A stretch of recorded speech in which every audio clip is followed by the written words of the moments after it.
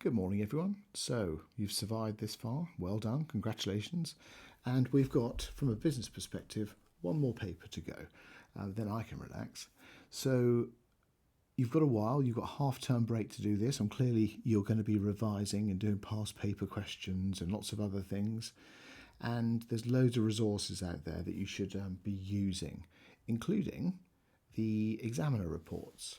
So like I did in the previous two little videos, which a few of you said you found useful, I've gone through the examiner reports and I've looked for common mistakes.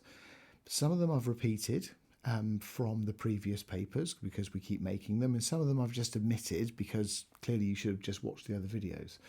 So have a look through the past papers and examiner reports and the mark schemes. Lots of students don't bother reading the examiner reports. You can download them free of charge from Edexcel's website and just think you've got worked examples of questions or answers even. They tell you what they're looking for. They tell you what the common mistakes are. They'll give you an example and then they will give you commentary on why they've awarded marks to it. If there's common mistakes, you don't make them. Other people do, you get higher marks. Okay? With all this taken into account, obviously completing the paper is really important, but there are some common silly mistakes that students make all the time, and it will just mean that you get absolutely hammered in the marking grids. So make sure you've got good technique, which we'll talk a bit about in a sec. So here's some of the videos that I've put up for you. You'll see that there's lots of videos, and there are specific ones at the beginning of the playlist for you that are directly linked to the bullet points in paper 3. So for instance, this is bullet point 1 and I've split it into 2 for you because ethics is clearly a really big topic, especially in the clothing industry with the supply chains. I hope we're going to get a question on ethics. I've also done 2 on finance as well because I got quite excited and started analysing companies' accounts and things. So there's lots of information on here, and yes, the videos are long, but play them on 1.5 speed. You can listen to me in chipmunk mode, and there's a lot to get through. So hopefully you've already got through these. We can see quite a few people. I don't think I quite teach that amount of people, but there are other people out there as well. So Tutor to You have got stuff, 2 Teachers have got stuff. There's another chap out there, Business as Usual, which is okay. So you've got lots of good resources out there. Find your star, whichever one fits you, and there you go. So let's look at, common type 1 is going to be basically misunderstanding. Now I've given you papers that you can possibly look at, even though I've not mentioned, for example, 2021, 2 and 3. These mistakes were pretty much seen in those as well. So these are all common mistakes, but I've put some examples down here so you can go and have a look at the examiner reports if you want to.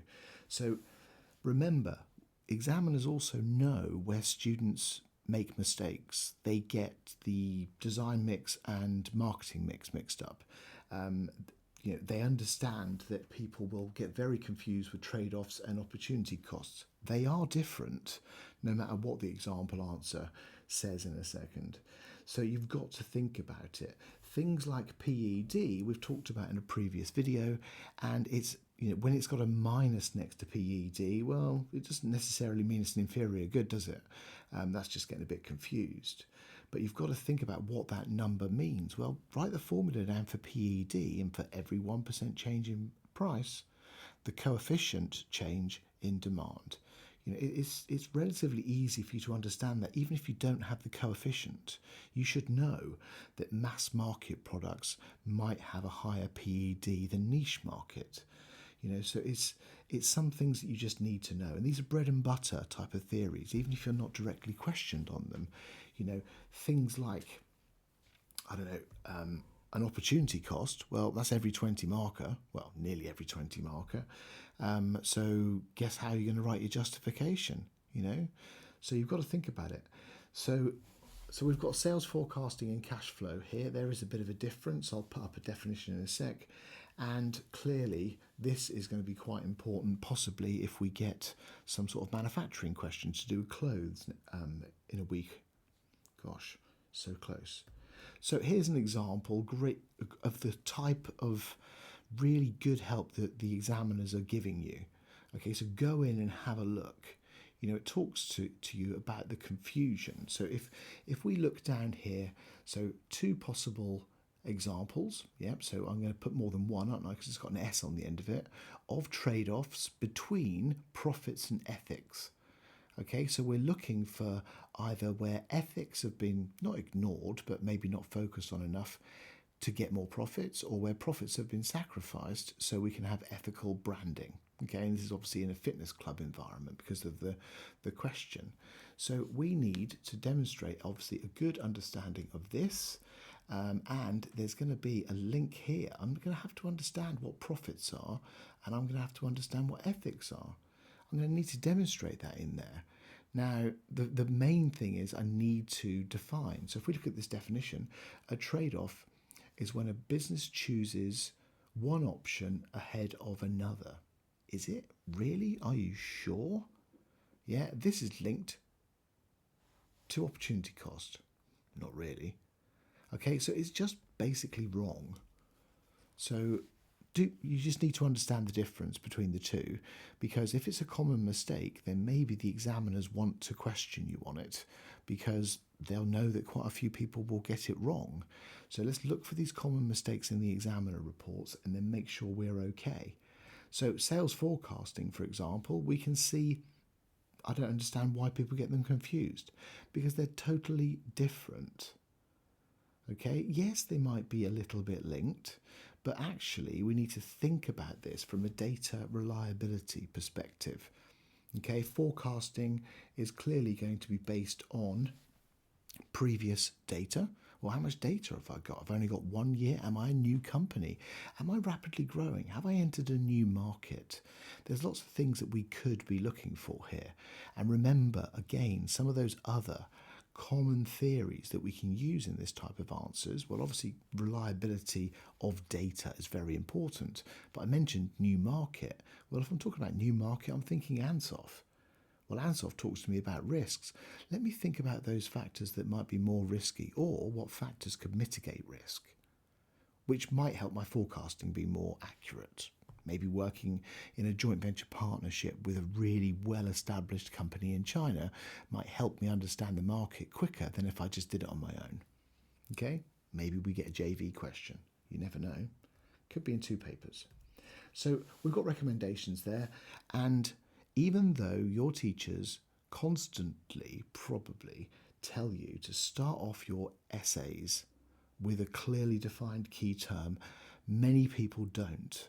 The risk of that is if you don't actually eventually get to the definition or showing an understanding, as we know it says in the mark scheme, you're going to get 0 marks because you've just not answered the question.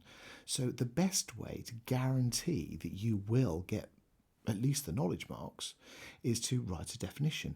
Now, more importantly, I think, if you write a definition, your head's in the right zone. You then go to the case study, you get your evidence to match the definition. And then it's contextualised, which is one of the biggest problems with essays that we will probably see this year, is we're going to see lots of abstract waffle. And in paper 3, because you've probably done a lot of research, you'll have knowledge in your head, you'll think you understand fashion as well. And I think if I was predicting anything this summer, it would be a long list of abstract answers from quite a lot of students. So make sure that we are defining in context, hopefully, and ensure we've got accurate interpretation of things like PED. So I've mentioned that. So think about mass versus niche, think about competitive rivalry, think about those threat of substitutes. You can link in all that type of language into something like PED. Okay, so, and we've talked about these 2 concepts there. So moving on, superficial, abstract, waffly answers. It's a real problem where people just try to waffle around the edges, and you do generally risk 2 things. Number 1, 0 or a very low mark, and number 2, If you're waffling, you're probably just trying to scattergun an answer, which probably means you're going to write too much rubbish, which isn't going to get the marks for you. So my advice is start with a definition. It focuses you, and then hopefully you're going to get the marks and keep within your 1.2 minutes per mark for reading and writing. So we are looking for descriptive answers, and we really want those chains of argument developed. Now remember, there's not really a magic number, but they are looking probably, well, there is a magic number, for your 8s and year 10s, they're looking for 3 chains of argument. But it's what you do with it, is that it's explaining the journey. How did you get to that hook in the question, at the end of your chain of argument? Now, if you're then bringing in an interpretation of the evidence, case study says this, which I think means this, and this is how it's linked to the hook, you're going to go up to 5 anyway. Those students that struggle with chain of argument are normally because it's abstract waffle and they're just doing a TikTok ending in sales and profits. Okay, identify the hook when you're planning, and then you will find it easier to answer. Quickly go back and reread your question before you write your conclusion, so at least you're answering the question. So we've got to make sure that it's detailed, and we've got to talk about obviously those implications, all in context with the business and the business model, and avoid those abstract terms like customers and products and staff. I want to know what type of customers. Price sensitive customers, even better. It could be retail workers working in Next at Christmas time who are seasonal, who might be more money motivated. Maybe they're only on a 4-hour contract. I want to be talking about jeggings. So exciting, doing the clothing industry. So we've got some more tips here.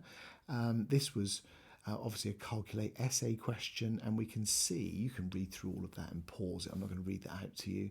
But some people did the calculations and then didn't use the numbers, did the calculations at the top of the page and didn't use the numbers at all.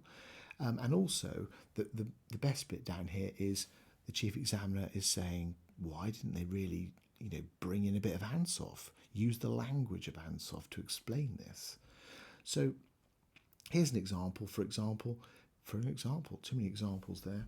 And we can see at the top here, we've got some text that some students wouldn't have bothered reading. So they're deciding whether to expand its existing operation or to offer winter activity holidays in Europe. So we've got existing and we've got new, hence the link to a bit of ansoff. Oops, hello, come back. So we've got that. It says that you've got to calculate. Well, this person's calculated. Well done. We'll presume that's right. I've not checked. And using non-financial information to evaluate the 2 options. They've even told you to go in and find the qualitative stuff. Option 1, option 2. Recommend which one of these 2 options Live the Adventure Limited should choose to grow. Now you'll notice that we've got order to grow. Well, we know that the hook is grow. Now when we're talking about grow, we could be growing revenue, growing unit sales, find out what those are. So you need to demonstrate an understanding of growth. So this is my plan in some ways. I've identified option 1, option 2, I've identified the hook, and I know that I need to do a calculate. I know what I'm looking for in the case study. It tells me to use the numbers and non-financial information. Now, writing an essay, you should know that, but this question's just laid it out for you. There's no real excuse, excuse me, to mess this one up. So,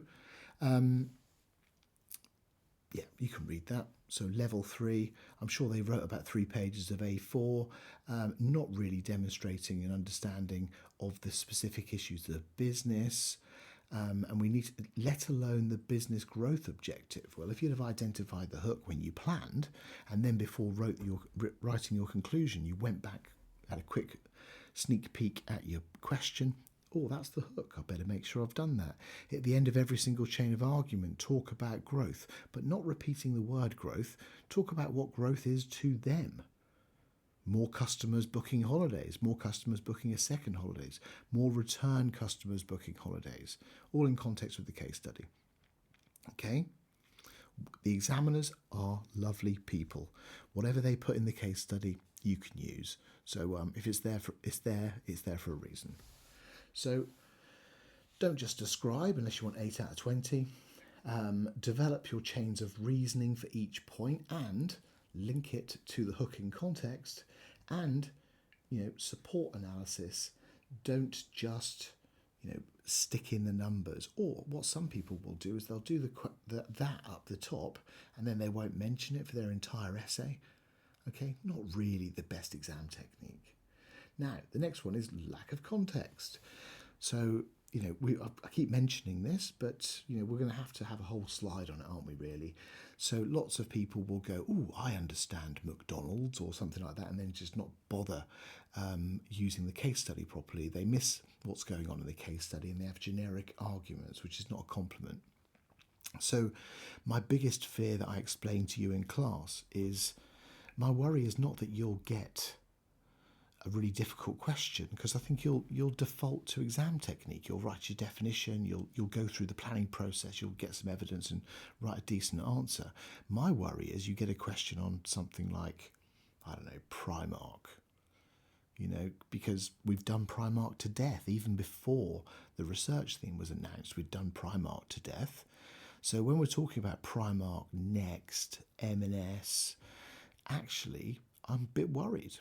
I'm hoping that half the paper will be on a relatively niche environmental style of clothing brand, and that would be quite nice. We've done a couple of case studies on that, and I think half the paper is going to be on a multinational that gets most of their stuff made in Bangladesh or something. We shall see, but you need to be prepared for both. And if you get a case study on Primark, on ethics, remember you need a balanced argument, please, or you are going to be stuffed. Those ethical type of questions students struggle with because they're opinionated and they tend to be one-sided. Okay, not you obviously, because you're all A-star students. So we don't want these generic responses, and we clearly want to use the data. And if it says using the data and there's numbers, that you better be doing a calculation. We've talked about survival techniques in class, and you'll be fine. So here's an example of a question. So assess the factors. Okay, so assess the factors. This is B, so we know that this is going to be a 10 marker.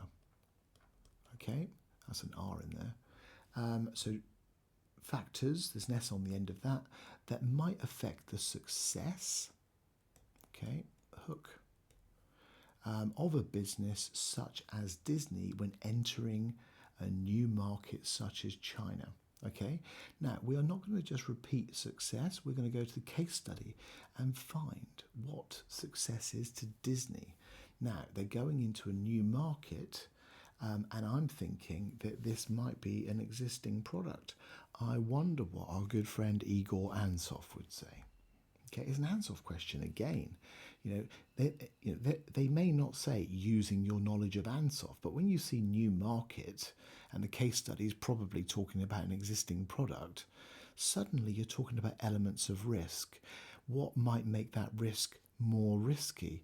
What might mitigate that risk with this global brilliant brand of Disney?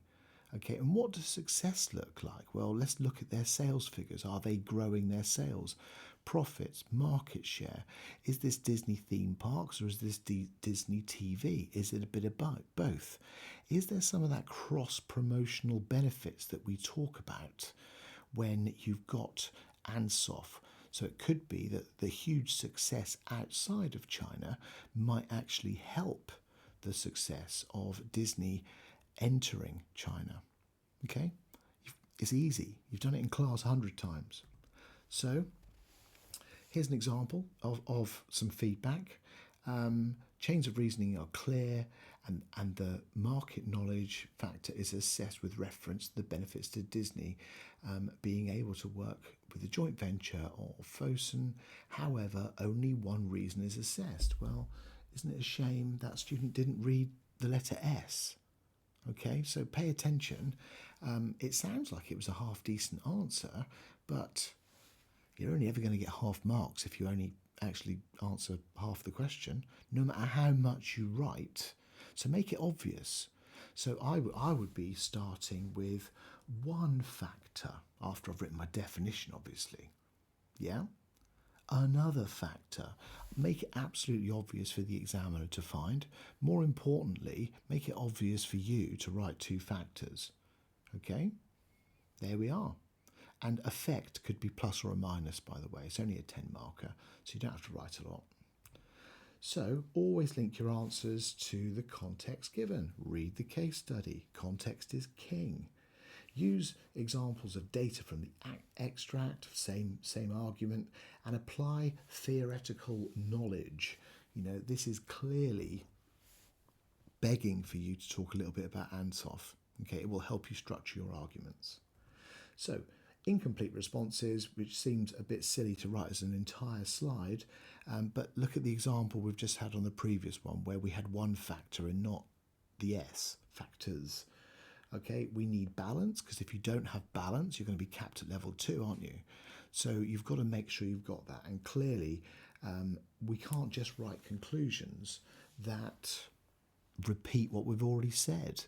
You need that something a little bit more in your justification. And we've gone through techniques of how to do that.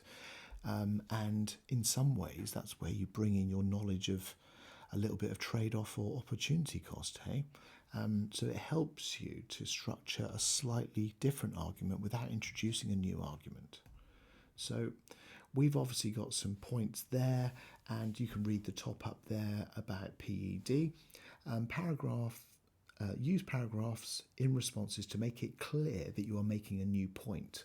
One factor, another factor. Assessment questions require students to provide a supported judgment, not a repeat. Okay? Not a repeat. So go and have a look at the 2019 paper or the comments from the examiner report from 2020. It was a COVID year paper, so there's not a great volume of examples, and you will see why that these people have lost marks. So make sure you focus on where your weaknesses are, and there's a couple of you in class that are still struggling with those justifications because you're just repeating answers or you've been revising from TikTok.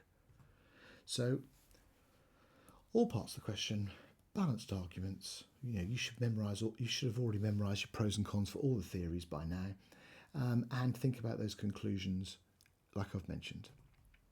Calculation errors, well, memorise your formulas, write your formula down first, write a blank formula, find the numbers that they give you, calculate the gap, calculate the answer. That's normally what the format is going to be in a 4-mark calculate question, and therefore sort of the same when you do essay-based calculate questions. You need to make sure that you use the calculations in your essays and not only drop the numbers in but interpret them. And if you want, just use, I could interpret these numbers as, this could link to the aims of, you know, this means, yeah, so those sorts of signposting terms that can help you. And yeah, you need to interpret them correctly. There's a great load of blur there that you can read, which is a bit of a repeat from a previous slide, but it's in context with data. And we can see, so top tip from the examiner down here, when making a point to explain an idea, it may be useful if candidates took the time to read back through their answers. Well, I think that under time pressure might be a little bit naive. However, if you identify the hook in your question and you make sure that those hooks are in context at the end of your chain of argument, you should feel comfortable that you're actually answering the question. Then, before you write your first line of your conclusion, go back, quickly reread the question, come back, answer it in context, and then think about that justification. Double check all calculations for accuracy. Well, if you lay your numbers out properly, instead of just a sea of, I don't know, vomited numbers onto a page, it's a lot easier for everyone, including the examiner, to find your correct answer. So if you have a mind blank and you can't remember the formulas, we have talked about how to survive that and possibly get to level 3. Just remember that lesson, please. Okay, poor structure and presentation. Well, yeah, make sure you lay it out properly. I always say leave a gap between each paragraph. That definitely signals a new argument. It also leaves you a bit of space. If you've got a bit of time at the end of a paper, I would always advise you to possibly go back to the 12 markers and just double check that you've answered them in enough depth. Okay, and then if you have, then maybe check the 20s. I wouldn't bother checking the others, and no one's going to be daft enough to leave a blank page, so you're never going to have to go back to a blank page, are you? Blank pages you're never going back to, so just don't leave them blank. So here's some feedback here, and sort of a repeat from obviously our sales forecasts and cash flow forecasts and logical chains of argument. Again, this is something we tend to see when you read through the examiner reports. Some people just don't put counter arguments in, especially for those 8 markers. When it says assess the likely limitations and someone says limitation is. Well, where's the balance? If you've read the mark scheme, you'll know you need balance, and that's why we have howevers at the end of those. And the howevers, remember, need to be in context. It can't be however, this is what the textbook says. Okay, just do it in context, and if in doubt, shove another quote in, and as long as you're interpreting it, you'll be fine. Okay, so here we can see, little generic throwaway comment, which is probably not the best way. Sometimes you see some really odd comments in essays.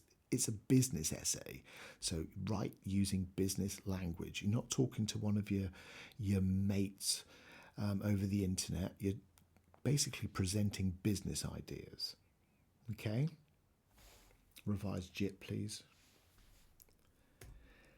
Anyway, especially with seasonality, hey, with this paper coming up. So there is a bit of a repeat. General advice, read the questions. Fantastic. I thought I'd put that one first. More importantly, well, not more importantly actually, there's nothing more important than that. Plan it whilst you're reading it. K for the knowledge, so you know what you need to define. Put a H or the word hook next to something that you're going to be in context with at the end of your chain of argument, and look out for multiple things that you're going to need to demonstrate. So if it says assess the likely value of just in time and to increased profits, well, you need to understand where profits come from, don't you? So you sort of, you're going to start with a JIT definition and go and find some JIT evidence, but you're also going to be looking out for some evidence of changing sales, profits, unit costs, unit selling prices, those sorts of things. Okay, we all know how profits are possibly generated or not. Make sure you have enough time. Do not fall into the time trap. The 8 markers and 10 markers are generally easy. They make them easy so everyone can access the papers. The 12s and 20s are something that needs a bit more analysis and a little bit more depth. And generally the second 12 marker is the most commonly left blank page, and that's because people mismanage their timings. So you need to plan your timings. There's a 2-hour paper, it's in 2 halves. At least plot out where an hour is so you know when you should finish your 20 marker. If it was me, knowing that a 20 marker is meant to be 24 minutes long, I would be planning at halfway point, and I would also be planning 24 minutes before that. At the end of my 12 marker, that would be my first point. I would do end of 12, end of 20, end of 12, end of 20. Very easy to monitor your time. And the last thing you want to do is run out of time with a blank page. They're very easy to mark, by the way, but you'll always get 0 marks. think about those connectives and make sure that they're in context, and those lovely phrases like this could be interpreted as, quote, this could mean, this helps support this argument. Lovely language that hopefully some of you will be writing. And when we're doing calculations, we're basically going to use the information. We're not just going to drop it at the front and then just forget to mention it. And this sounds a bit obvious. You should know all your terminology from by now, and we will talk through an activity that I know some of you are already doing. Okay, so here's one little activity, for example. So assess two factors that might affect the accuracy of UK car sales forecasting. Well, we know we're going to demonstrate that. We need to talk about that. I'm going to be talking about accuracy, reliability, validity of data, historic data versus now, future trends, those sorts of things. And we've got two factors, and this is an 8 marker. So, we're thinking about the effect. Okay, we could be under forecast, over forecast, remember, and basically I'm going to now go to the paper. I'm going to write a definition for sales forecasting, and also some of the factors that might impact that. I'm then going to go to the case study. I'm going to find those factors. I'm going to write my P paragraph with a however, P paragraph, however, and I'm not going to write a conclusion. I'm going to move on. But this is a little bit of a practice exercise. So what you could do is you could just start by writing a definition of sales forecasting and a couple of things that might impact the reliability of it. Using the extracts A and B, the importance of JIT. Now, when I see using, I'm thinking, is this quantitative? That's meant to be a question mark. I know the data extracts. Assess the importance. Okay, so this is the start of my hook, isn't it? Of, for. Okay, so of, just in time, K for my knowledge, and it's for the UK car manufacturers. Okay, so this is the second part of my hook. I might talk about customers. I might talk about the franchise retailer networks that sell the cars, because most car manufacturers don't sell directly to customers, even though some do. And I'm talking about the importance. It's a 10 marker. JIT is important. However, line, however, something else might be more important than JIT. Overall, JIT is important, or it's not. Or it's very important, or it's the most important thing, or it is important but part of a list of lots of other things as well. Okay, so in this case study, for example, it talked about JIT. It also talked about that there's a supply shortage of semiconductor chips. Well, maybe getting those in a warehouse so you've got enough chips isn't JIT, but is very important. But for the stuff that's made locally, maybe JIT is very important. Don't just treat car manufacturing or clothing manufacturing as one process. Remember, Marks and Spencer's a few years ago messed up. They had a very popular summer line. They made it all in China so they could make it cheap, and they ran out. They phoned up the Chinese suppliers and said, can we have some more, please? And they said, no, we're making someone else's clothes. And basically, by the time they could have made it, the summer was over. So now what they do is the stuff that's maybe in a bit more of a dynamic market, they've moved to manufacture in Spain and Portugal. There's more flexibility in the supply chain, and the stuff that's easier to predict, they still make in China. Yeah, look out for that. You might have the same thing in June. So here's our 12 marker, which we know needs to have wide-ranging arguments. That's more than 2. So we start off with our likely impact. So this is our hook of increased, interesting word, FDI. We need to basically talk about what that is. So it's on the growth of businesses in the UK car industry. Well, that could be manufacturers, that could be retailers, that could be, I don't know, insurers in some ways, if you want, depending what's in the case study. But it's the same sort of thing. It's the impact of on UK businesses. Identify the businesses from the case study, and P, however, answer the question, justify in context, not repeating a previous answer, and that justification should be future orientated. So we can get something to do with MOPS. We don't need a separate MOPS statement. What we need is a future orientated justification, which will give you that something a little bit more that the examiners are looking for to squeeze you towards the top of level 4. And then I've typed up this question. So Porter's strategic matrix. Okay, now the poster from Tutor to You that lots of you have got on your walls of your classroom, I know I have, is Porter's generic strategies. Now they're both right. Okay, so but in the A-level spec, it's called this. Now it's obvious that some students unfortunately get this mixed up with ansoff. So when it says Porter's, it's not ansoff. It's quite easy. So we need to make sure that we are defining that properly. And normally remember the hook is repeated twice, but it depends on the age of the paper.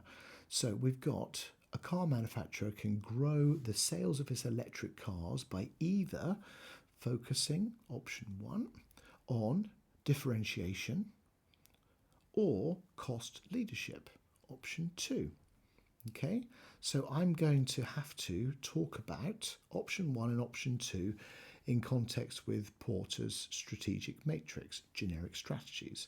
So we need to think about that. We then go to the question. So a common mistake is some students forget to read this. Okay, well, you wouldn't do that, would you? Evaluate these two options and recommend which one. Okay, so we need which one, yeah, and remember we've got the most important, which is part of the hook. For successful growth in sales, again, it's of 4. Okay, so your second part is here. So we're looking for sales of electric cars. Okay, so sales it's probably going to be units, more cars. It could also be charging more per car if customers are less price sensitive and they're willing to pay extra. So this could be sort of revenue as well. But the end of your chain of argument will be talking about more or less car sales. And so will your conclusion and your future orientated justification. Here is an example of something that was clipped out of the examiner report, and we can see that they've underlined it. This is sort of their plan. They may not have written K and 1 and 2, yeah. So obviously that 1's for the differentiation. And they may not have written hook next to that, and obviously linking into electric car sales. But we've done the same plan, haven't we, really? So as long as you're underlining something that you understand and you're not just trying to, underline stuff because you're reading it, then I think the word hook for me, and you shouldn't really change your exam technique at this stage, you've been practicing it for a year and a half, but the word hook hooks me back to it. Yeah, it's bringing me back to the actual question. So you should all be using this. This is every single exam question since they've invented the spec, well, except for the one from this year. It's by category, and as we know, you will have anything from any of the 4 themes. You should, by this stage, understand all of the theories. You should be able to define everything, every single formula. You should be able to write pros and cons for everything. And a nice way of practicing that could be by going through and planning questions. I personally wouldn't be writing many questions at this stage unless I'm struggling. It's half term. I don't know about your teachers. I'm not marking any essays for students. But you can always use a bit of AI to mark your work for you, or even better would be your study buddies that you email it to, and then you've got this relationship between you marking and critiquing each other's work. But with the 4 markers, they're useful because what you can do is you can define pros and cons. Think about it. I wouldn't be planning the 4 markers, but I would be writing definitions and pros and cons just so I understand it. And so what we're looking at here is we've got a paper 1, which is 10 marker. So you've probably done this hot chips 1 to death. And we can see likely reasons, plus reason, negative reason possibly, for mainly part of the hook using quantitative market research is our knowledge. Yeah, so I've got my hook here for mainly. Now, for this one, I need to know the aims and objectives of hot chips from the case study. It doesn't tell me what they are.